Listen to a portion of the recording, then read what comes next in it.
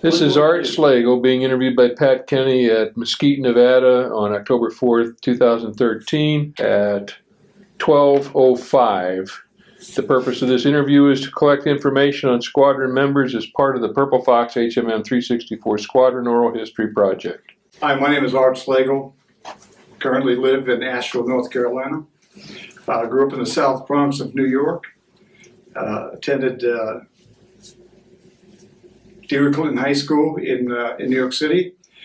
And I got into the Marine Corps one day during the end of the school year. I came home from the beach, and there was a Marine recruiter sitting at the table drinking a beer with my mom and my twin brother. And I sat down, I listened to what he had to say, and found out that my twin brother, Lou, was joining the Marine Corps with a buddy of his from high school. We didn't go to the same high school. My brother went to aviation high school in Queens, New York. And he and his brother Nick decided to go into the Marine Corps together. And so he was signing up. So I listened to what he had to say and just kind of put it on the shelf. I finished high school shortly after that. My brother had already gone to Paris Island. And so I went down and I went to the Marine recruiter in the Bronx on Fordham Avenue, and I said, I want to be a corpsman. And he said, go join the Navy. And I said, I don't want to be on no boat. And I told him I'd be back. Within a few days, I went back and I signed up for the Marine Corps. I was able to get an aviation guarantee, even though I didn't have the aviation background like my brother did. At Bob Steinberg, they went to the same high school. I signed up. My brother was going through Paris Island. His first letter home was, get me the hell out of here. And I knew I was in trouble right then. But he made it through boot camp, and this was in '66, June of '66. He made it through boot camp. And my mom went down to his graduation, and I didn't go. I was working that summer in New York City. And when she came back, I said, well, Mom, what's it like? What's it like? And my mom, being a typical Jewish mom, says, you'll find out. And that was it. It wasn't too long before I was getting on a bus went down to recruiting station. They took us down to Whitehall Street, and they put us on an airplane. First time I flew in an airplane down to Charleston, South Carolina. And from there, we got on a bus, and there were probably about 50 of us from New York City, New Jersey. So we all kids from the streets with attitude. And we had this young Marine PFC who was our sponsor taking us down there. He was going back to Paris Island, and he was going to be in the Marine band, but he was God's gift to the Marine Corps. And he and I did not hit it off well at all. We had a problem with the bus. I think we had a flat tire. We had to get off the bus. And I said something back to him, and he wanted me to do push-ups. And I wasn't going to do push-ups because it was raining out. But we made it to Paris Island. I was sitting in the very front of the bus, and we get to the gate to Paris Island, and then life as we knew it changed because the Smokey the Bear gets on, and the first thing he does is start barking at us. And of course, the first thing, you have to hit the yellow footprint. So that was one of the first ones out the door. I'd been in the Civil War Patrol. I'd been a Naval Sea Cadet. I knew a little bit about the military. My dad was a World War II veteran in the Army. We knew a little bit about the military, and I hit those yellow footprints as sharply as I could, and then life just completely changed. And it wasn't long. We after processing, we went to receiving, and formed as a platoon. I was in 2nd Battalion, Paris Island, platoon 2099, and during that period of time of 7 weeks, we went through 7 drill instructors. They were getting orders to Vietnam, and but we managed to survive the training. Paris Island was not as difficult as I thought it might be. The mental, you just suck it up. I did have a few instances in boot camp where it wasn't pleasant. They was teaching us how to tie your tie, and so I tied my tie, and when the drill instructor, Staff Sergeant Allen, came by, I swallowed this. I swallowed. He hit me across the head like I was being wound up, like a propeller on an airplane. And it was all because I swallowed when he came by to check the knot. But that was the least of my problems at boot camp. We were in the chow hall, and we were about week 5, and not being alert to what was going on around me. I was talking to some of my fellow recruits, and this Marine drill instructor, sergeant, came over and asked me who I belonged to. So I told him that my drill instructor was Sergeant Robinson, and then he threw me out of the chow hall. And I left the chow hall immediately and went outside to study my knowledge like a good recruit. The platoon comes out, we form up, and we start marching back to the barracks, the old wooden barracks there at Paris Island. And the next thing I knew, Sergeant Robinson he stops the platoon, and he says, "Recruit Slagle, get out here." And I think, what did I do? And he tells me to go with Sergeant Nelson, and there was Sergeant Nelson. And he said, "You follow him," and he was going to take me up to his squadron. And I believe he's going to beat the hell out of me. He took me up to his squadron. He said, "You got a brother in the Marine Corps?" "Yes, sir." He said, "I made a Marine out of you, brother. I'm going to make a Marine out of you." I knew I was in trouble. And then he tells me to look at this table, and on this table was a trophy, and there was a picture of a platoon. And he said, "You find your brother in that picture." And I looked at the picture, and God's honest truth, my brother was the only one with his hands crossed in front of him in the whole picture. Well, that's my twin brother, you know. He's 8 minutes older and 9 minutes dumber. So Nelson says, "I made a Marine out of you, brother. I'm going to make a Marine out of you. Have you been beat yet?" I said, "No, sir." He said, "Why not?" I said, "Recruit hadn't done anything wrong," said, and I hadn't been hit. I don't think I'd been hit that time. "Recruit hadn't done anything wrong, sir." He said, "Do you want to join my platoon?" I said, "No, sir." He said, "Why not?" I said, "Recruit's platoon's the best, sir." "Get the hell out of my..." And I left, and he said, "I'm going to keep my eye on you, and I will tell you every moment if I grunted on the rifle range." He was there. And I finally made it through Paris Island, and I was so glad to leave Paris Island. I got to Camp Geiger, got off the bus, roll call. "Recruit Slagle, sir, you got a brother in the Marine Corps?" And I knew I was in trouble all over again. But fortunately, nothing happened at Geiger until I got to Memphis, Tennessee, and my twin brother was there. Now, he had been on mess duty or something, started his aviation classes, A-frames and stuff, fundamentals, mechanics. And by the time I got to Paris Island, got to Millington, he was finished. He was just starting his 9 weeks of airframes. And so I immediately started, fundamentals, and then mechs, and then airframes. And so we had 9 weeks that we were at Paris Island together. So it had its problems. We fought a lot. And but when he wanted to go out on town and he had the duty, he'd pay me $20 and I'd save the duty for him. And got away with that. What they know, we're identical twins.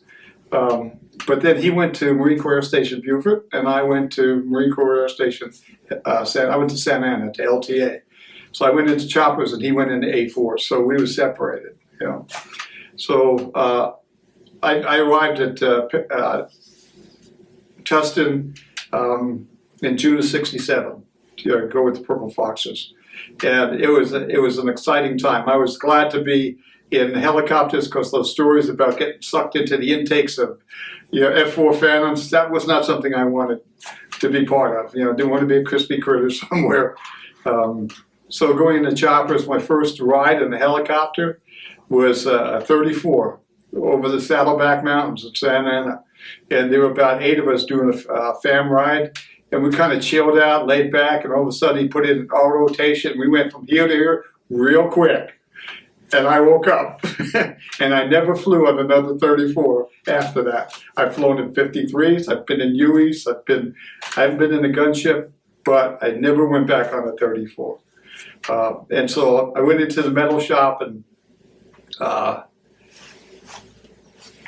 think I was a PFC when I got there, and a bunch of the guys that I was in airframe school with, we went into the metal shop. Bob Steinberg was there, and others, Jeff Eigel, Jefferson, Chief Jefferson, an Indian, so we call him Chief. Why not? And Bob Clack and a bunch of other guys were there. And so we just started working, getting things prepared for deployment. And just working really hard with 364, getting familiarization not only with the choppers and then as tin benders, painting them, putting the purple fox on them, the bureau numbers and all that stuff. And so it was a good process of just learning about helicopters and being able to transition into a world that was totally and completely new for me, different from being a kid in the South Bronx in New York. When we had problems with the Delta models because of the Dash 10 engines being put in, I worked on the modification team with Boeing. And then when the squadron flew over, I stayed back and then went over on the Happy Valley. When promotion came, they said, we want to promote you to corporal. And I said, how about making me a lance corporal first? And they went back to the records. I was being paid for lance corporal, and I was not a lance corporal. And so they administratively busted me from lance corporal to PFC, promoted me the same day to lance corporal, made me pay back the money I got extra as a lance corporal when I was a PFC, and 3 months later promoted me to corporal. And I found out there was a screw up in dispersing in Millington because my brother was a lance corporal. And it turned out that the dispersing clerk was a cousin of ours. So I got paid, I got busted, and get promoted. So by the time we left for Vietnam, I was a corporal with less than a year in the Marine Corps. I wasn't squared away. I was just a guy who did my job. But when we left for Vietnam on the Happy Valley, it was a Marine Corps birthday. They'd given us liberty in Long Beach, which was the wrong thing to do. When you have Marines who've been partying at night, and you're riding a bus to where we're going to catch the Valley Forge, and you have guys mooning people out the door on a military bus, it was the wrong thing to do. But we started off, I think, just totally unaware what we were going to go through. And I remember being on the pier as the ship was getting ready to pull away. We had a couple of Marines who were left behind. They weren't going to go on the deployment. And sailors traditionally like to throw their squid lids to their loved ones. And we had this one sailor, he'd throw his hat and it'd fall in the water. We're slowly pulling away. And then he'd get another one, he'd throw it, and it just barely misses the pier. And he finally got one, and he threw it, and it landed right near the Marines. And as this gal came running down to get that squid lid, the Marines looked up at the ship, looked at her, took the hat, and dropped it in the water. Typical Marine Corps tradition. And that gal was absolutely pissed and livid with those guys. But we pulled away and celebrated the Marine Corps birthday in fine tradition on the Valley Forge. And during the transit, the 13 days, we went into Hawaii. I had duty. I'm going to say, I had some sort of duty, and I was called to the bridge because they had a Navy Marine Corps Relief Fund, and I was going to pick out the name of the individual who was going to win a tour around Hawaii in a helicopter. And so I went up to the bridge, picked out some guy's name or something, and then went on about my duties. But we had a good time, a couple of days in Hawaii, rented a car, drove around with a bunch of the guys. And en route, we went through some real bad weather, kind of like a typhoon, And so we have ships passing and water coming up over the ships, and when water hits the I think it was probably the 01 level on an LPH. The water's going high. And we were some of us were actually outside enjoying the ride as you dip in between the waves and then come back down. Well, there were a bunch who were seasick, but, I thoroughly enjoyed it. But we made it to Nam, and of course we had to fly off the choppers. We had no armament, we had no guns. And so each of us was assigned a chopper going off. And we went into Fubai, and this is November, about the 23rd, and of course the monsoon season, so it's muddy, it's wet, we're living in tents, and so we're going in, and they asked us to go back out and go on another bird. I only came in on one bird, and then we started our transition into getting oriented to not only the weather, but into the environment of being in a combat area.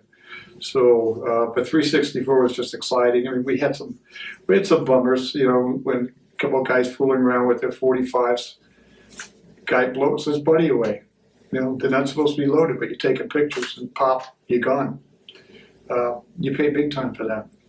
I remember that was probably one of the first casualties I was aware of. And on my birthday, which is December, and it was about that time frame that I think it was Dawkins was killed. In walks a guy that I went to boot camp with. He was from St. Albans, Queens. He was the only African-American Jew I'd ever met. There were only 3 of us who were Jewish at the time. And he walks in, and his name is Spickner. And he walks in, and I don't know how he found me, but he found me on my birthday. And he was in Vietnam with, he was a radio operator. So he was about 6'6", and he carried a Prick 25 with a 6-foot antenna. Easy target. But yeah, he and I didn't get along in boot camp. We were bunkmates. We didn't get along at all. Again, 2 Jews, you fought a lot. You know, it's like Steiny and I fought a lot. I was always fighting. You know, if I was drinking, I was fighting. I have the pictures to prove it. But you know, working with the metal shop, I got a chance to start flying with 364. I remember the first time I was flying, they told me to get up and clean the windows on the 46, and the blades are going. And I go up to wipe the window, you know. What the hell are you doing? I was told to go wipe the windows. So it's like sending some guy for prop wash, you know. But I survived that too. And but working with the Purple Foxes and working in a metal shop, we had some really great guys, and we had a great opportunity to learn. On my helmet, I had Jewish power. You know. What else? Of course, I don't know, somebody was Super Jew, and I know it might have been Steiny, I don't remember. But thoroughly enjoyed, you know, working with the Purple Foxes and flying, because there was a camaraderie. You know, one of the guys was saying, you know, there was a time when you were chastised for having close relationships with the officers. But in helicopters, you have to. You have to have that kind of bond and working environment. I remember the first Papa Smoke reunion in 1990, where, you know, some of the guys were meeting some of the pilots. I remember there was a Captain Butler. The guys actually had his 38, which he never cleaned, and they gave it to him at the reunion, you know. But there was a bond different from what you have with fixed wing guys between the crew. And I was able to get quite a bit of flying time in, you know, Way City. Before Tet Offensive, we go in Way on a day's R&R and go to the Citadel and, you know, Way University and just walk around town. And next thing you know, VC, you know, the NBA flags flying over the Capitol, and you're flying in there. And, you know, we had to do some flights into the zone. My brother's buddy Nick, who went into boot camp with him, became a recon Marine, and I would meet Nick, and we'd go into town together in Way City. I'd go over to where he was in Da Nang, and sometimes we'd go out and go into town together. Well, he was a recon Marine, and they were doing diving and operations because of problems with the bridge there. But we were coming into the zone this one time. We were taking in resupplies and to the Marines. I think they were on the south side of the Perfume River. And as we came down over the bridge, there's a little inlet, and some old Mamasan comes out and starts shooting at us with an AK-47. And just as we're going by, and, you know, I was on the port side gun, didn't open up because at the same time a brown water riverboat comes by and just blasted the dickens out of her and blew her away. So we didn't even have to return fire. But we were taking fire, and we took, I think it was about 28 hits in the helicopters, small arms fire. You know, a little bit of work for a metalsmith. But, you know, get a beer can or, you know, patch a bullet hole. It wasn't that bad, but nothing structurally hit, no vertical shaft at 40,000th of an inch to knock it out, no hydraulics line. And so we got in, resupplied the Marines, took out about 25 Marines and 2 BC prisoners. And took them in, I think, to Marble Mountain. And I managed to get, no, it wasn't VP, it was NVA prisoners. And I managed to pick up a sword that this guy had. And it was a bamboo sheath sword. It's about this long, had a teak wood handle on it. And I still have that I got from him when they took him out. I got that. I don't remember how I got that thing. But I got that from him. And then we never got back in where we could land in the LZ. And so we carried everything externally in nets. And so when we resupplied, we had to just pick up the load and then take off. So, I flew a bunch of months with 364, and then 164 was forming up to go on the Valley Forge. And they needed some metalsmiths. And so then I later transferred over to 164 and then finished my time in country with 164. But Purple Foxes were always the great group to work with and fly with. I really enjoyed it. And I'm proud to be a Purple Fox guy. And all the months I served with 164, and I think of the guys as we made our preparations to go over, and the guys who got wounded. My good buddy Larry Eigel getting shot in the cheek with a 30 cal round. As a matter of fact, we were in Alabama in June. They were having a mini reunion, and they were talking about this pilot. I think they called him Magnet Ass, and he was sitting right over there at the table. He was the pilot when Larry got shot, because a lot of guys get shot when they flew. I can't remember his name, but I only had a short time there because I had a medical emergency at home, and so I had to go back to North Carolina. And so I didn't get a chance to spend a lot of time with the guys and talk with them. But just to reconnect with some of them, whether at Papa Smoke reunion or a reunion like this is really a great thing to be able to do. A lot of things that went on in country. The living conditions we had, moving from tents to wooden barracks was nice. But then you stood perimeter guard at nighttime, and it was no fun pulling planes out of the mud, to try and get them up to where you get to some solid ground during the monsoon season. For me, it was just a great bonding, and I was really happy to be a chopper guy, flying with the Marine Corps at the time. What did you do afterwards? Where'd you go? When I left El Toro, when I left in country, I went back to California. I went to El Toro. I wanted to get back in choppers, and instead I went to a newly forming F4 squadron, VMFAT 101. I was one of the first metalsmiths in 101. And we formed up and eventually started getting people, started getting everything. And I was with 101 from December of 68 to June of 70. In 69, I was promoted to sergeant. I made sergeant in less than 3 years, which was cool because my brother was still a corporal and I was a sergeant. He later made sergeant.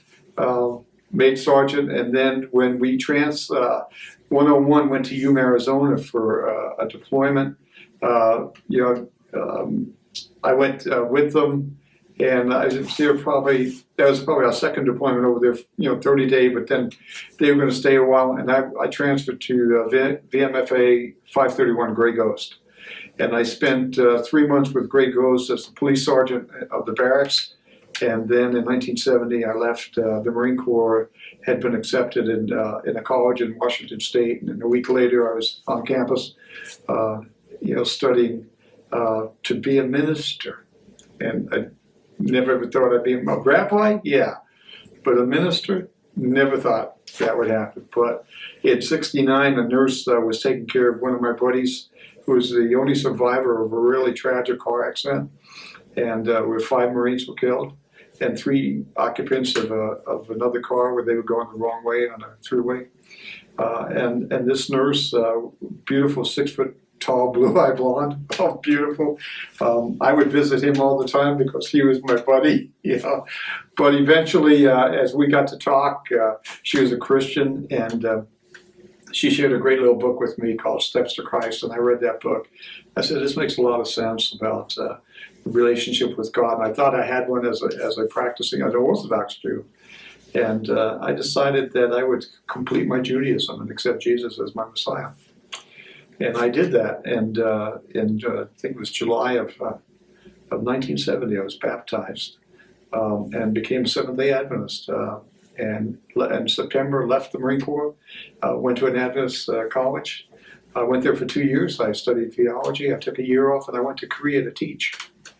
And came back from Korea and then finished my degree and went to New York City to pastor a Jewish Adventist church. So I went home as a completed Jew, and I spent 8 years as a pastor. I did my graduate work in Michigan, did a master's degree in Michigan. And when I completed my master's degree, I took a commission as a Naval Reserve Officer. And for 5 years as a Naval Reserve Officer, I worked with Marines in New York and then in Michigan, in South Bend, Indiana. We had a combat engineer outfit. I was with the Grunts 225 as a Naval Reserve Officer for 4 years, and then combat engineers for a year when I went back to the seminary. And when I graduated from the seminary, I was a Navy lieutenant. When I finished what I was doing at the seminary, I applied for active duty as a Navy chaplain. And so I was accepted as a Navy chaplain. I got busted in rank from a lieutenant back to a JG. And I thought, okay, man, I've got all this Marine Corps experience. I'm going to the Marines. And they sent me to a cruiser out of San Diego. And I spent 21 years as a Navy chaplain, Marine Infantry, the cruiser. I was with 3-7. I was with 1st Combat Engineers, Bethesda Naval Hospital, Marine Air Control Group 38, Catholic University Postgraduate School, Aircraft Carrier Eisenhower for 3.5 years, Naval Air Station Oceana. And then I retired. So I retired as a Navy chaplain and taught for 3 years, head chaplain at a hospital in North Carolina for the last 9. And now I take a job where for the last year I travel around 8 states working as a chaplain with chaplains in every discipline, law enforcement, military, as an endorser, as a recruiter, as a firefighter to fix their problems. And I enjoy life. I've got 3 grown kids and a stepson as well with a granddaughter. Was married 25 years. My wife wanted someone else in her life. I've been remarried 13 years this last week, and just happy. And I'm a Purple Fox.